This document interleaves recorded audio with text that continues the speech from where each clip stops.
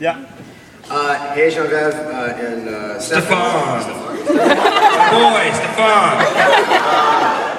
Congratulations, that's awesome. I'm newly married myself, so it's awesome, and yeah, enjoy. Merci, thank you guys, thank you very much. Y a-t-il quelqu'un d'autre qui aurait des questions? Oui, belle jeune femme. Bonjour, c'est quoi ton nom? We've got Mélanie here for you guys. Hi, I want to know how do you feel like you've been gone for so long and then you're back and everybody's, oh my god, Mama! What do you feel about that? Great. No, it's amazing to be back. I mean, it was, I don't know, it's, sure, I thought I had more than Andy, but I don't. It's shocking to us because we didn't honestly expect any of that stuff. I mean, like we thought it would be a little bit of a cult, like a small thing, you know, but to have people that excited and to be able to come to places like Montreal and go around the world is really exciting for us, and it's like a new experience again, so we feel very thankful and lucky. We love you! Merci. Ok, il y a une autre question. Hey, c'est bon, vous êtes pas gênés, j'aime ça. Ok, monsieur avec la tuque, je m'en viens de voir là, ici, je suis derrière toi. Hey, my name's Basil. How psyched were you when your whole spring tour sold out like in 2 days or 3 days? Like, Cool name. Like I would assume. I think you got a cool name, Basil. I like it. I felt great about that, too. I'm a fan of it.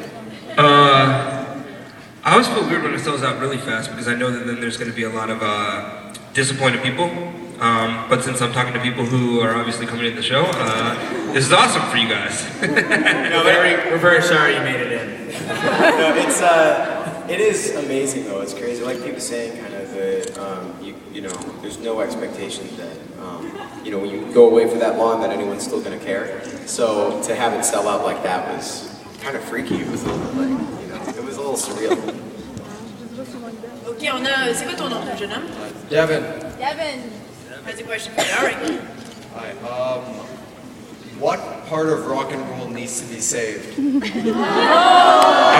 have a question or response for you. What part of rock and roll does not need to be saved? Put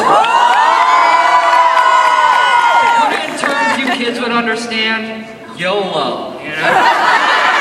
That's how the kids talk these days, I right? think that this is not. That's what they're saying now. I am going to answer the question seriously, and you're going to translate, right? Yes, Okay, cool. Although most people speak English here. Okay, I just didn't know if you did or not. So Better than our French. I think that it's strange that so I'll drive around California with my kid, you know, in the backseat, and I'm playing music, and it's funny because we're listening to this, you know, radio station, and 4 or 5 of the top songs are written by the same Swedish guys, you know, and it's music done by math, which is okay. We're not raging against that, but it's kind of sad because like when we grew up, there was bands like Guns N' Roses, and there were, you know,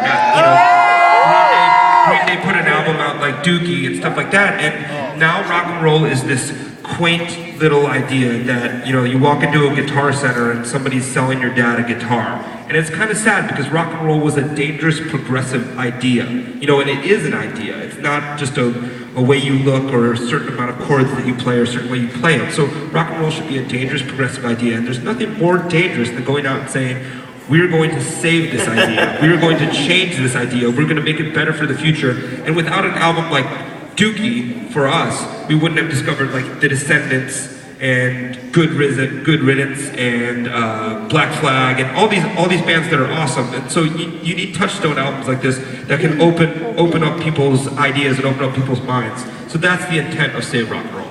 I heard, to just kind of little nugget on that, I heard a stylist, a fashion stylist once tell me like, oh yeah, and these little spikes on the shoes, those are rock and roll. And I was like, wow, that's like, rock and roll is that, it needs to be saved.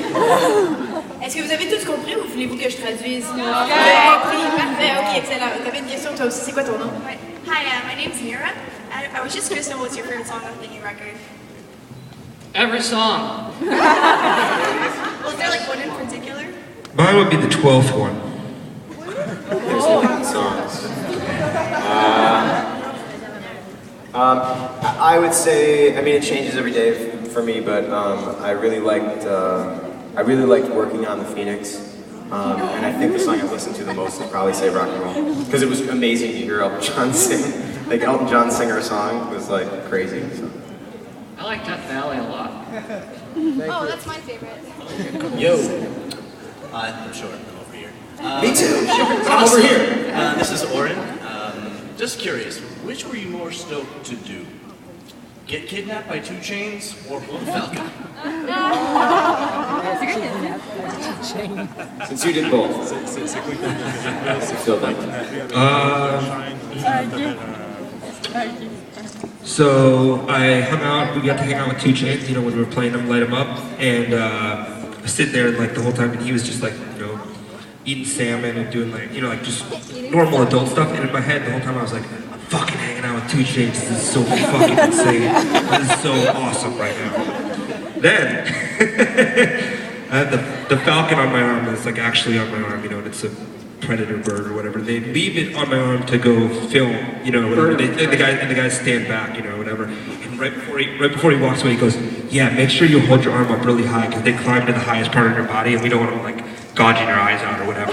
Okay, cool, you're good. I was like, wait, what the fuck? The bird's gonna get my eyes? I can't even hold my hand up this high with the bird on. So I was like, I think I would take 2 Chainz any day of the week. Because thus far, he hasn't threatened to gouge our eyes out. Okay, so my name is Marcel. That's it. Okay, so I want to know, like, how long did it take to make the new album? Because, like, you took the time to take your sound and make it, like, 2013, and I wanted to know, like, how long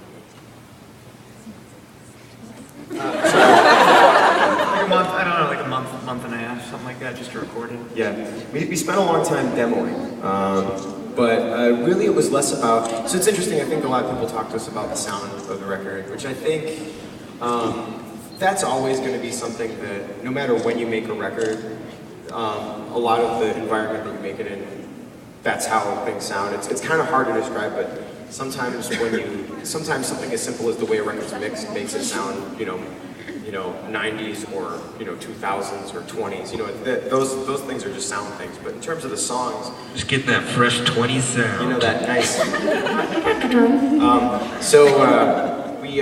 we spent a long time on the songs. We probably spent about 6 months to a year kind of just collecting songs, not even knowing that we were necessarily making a record when we started. I think we started just kind of for fun, and then, we ended up with about... we ended up writing a lot of songs for this record. We're going to need a Sherpa to get back to this question. I like that, Joe. So it probably took us about 6 months. Thank you. But then it took about a month and a half to record the actual album, so there you go, there's your answer. Thanks. Hi, my name is Naomi, and I want to know how I hope to write and sing a song with Courtney Love. Like, is she nice? Because I really love her, so. She's awesome. She's really smart. Like, she's amazingly intuitive. Like, so it's crazy because one minute she can be Courtney Love, maniac or whatever, and then she can have like something so amazingly on point to say and like really understand where you're coming from. So it was amazing because literally when I listen back to the record, I don't know which lyrics are hers and which are ours because she was so, on point with us. She's super cool. Hi, my name is Melia. And my question is, what are the main differences between writing, when you wrote Take This to Your Grave and when you wrote the last record? We can afford deodorant. That's true. Oddly enough, I'd say in terms of the way we wrote, this is the closest experience to Take This to Your Grave that we've ever done. It was, both records were recorded kind of in pieces, rather than, hey, you're going into a studio and you're going to record for this many days. Both records were recorded kind of without a lot of rules in terms of the way that, typically from Corkery through Foley, which I never pronounce correctly, and you guys speak it better than I do, so, but from those 3 records, it was like, well, Pete writes the lyrics and I write the music, but Take This to Your Grave and Say Rock and Roll are both kind of just open, in that way where any, best idea wins, basically, so, Yeah, it almost, we talked about that a lot, about how weird it felt, because it felt a lot like recording Take This to Your Grave, just it sounded totally different. Okay, last before question. Hi, my name is Vanessa. I just wanted to know, did you guys get to meet Elton John, and if so, what was he like? I got to fly out to Atlanta and record him, and he's amazing, man. He's so focused on music, and you know, this long into his career, he still knows everything about what's happening in music, which is kind of intimidating and kind of humbling, because I'm like, you know, you get lazy sometimes, and you're like, oh, I don't need to listen to the radio right now, and he knows everything, good or bad. You know, he knows every record that's out right now, and it kind of, I don't know, I kind of want to have that passion when I'm his age, you know. So, and he's brilliant. He's awesome. Okay. Hi, I'm a really huge fan, and I was just wondering, because I like your lyrics to everything, and I was just wondering who did most of the writing on this album?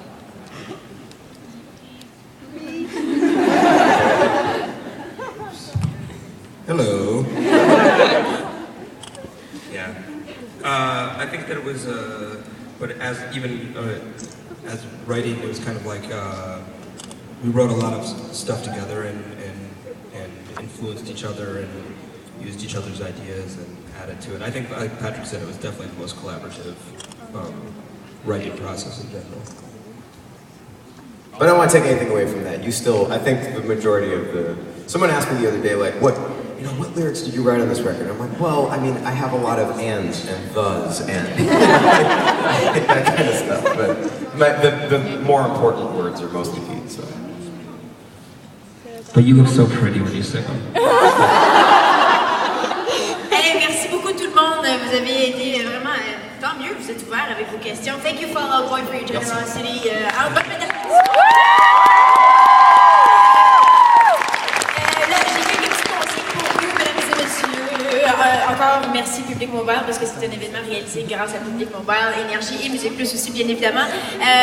Vous pouvez sortir dans la gauche ici. Par contre, ceux qui ont l'étiquette rouge, le collant rouge, vous pouvez rester si vous voulez. C'est bon, libre à vous, comme vous voulez. Il faut aller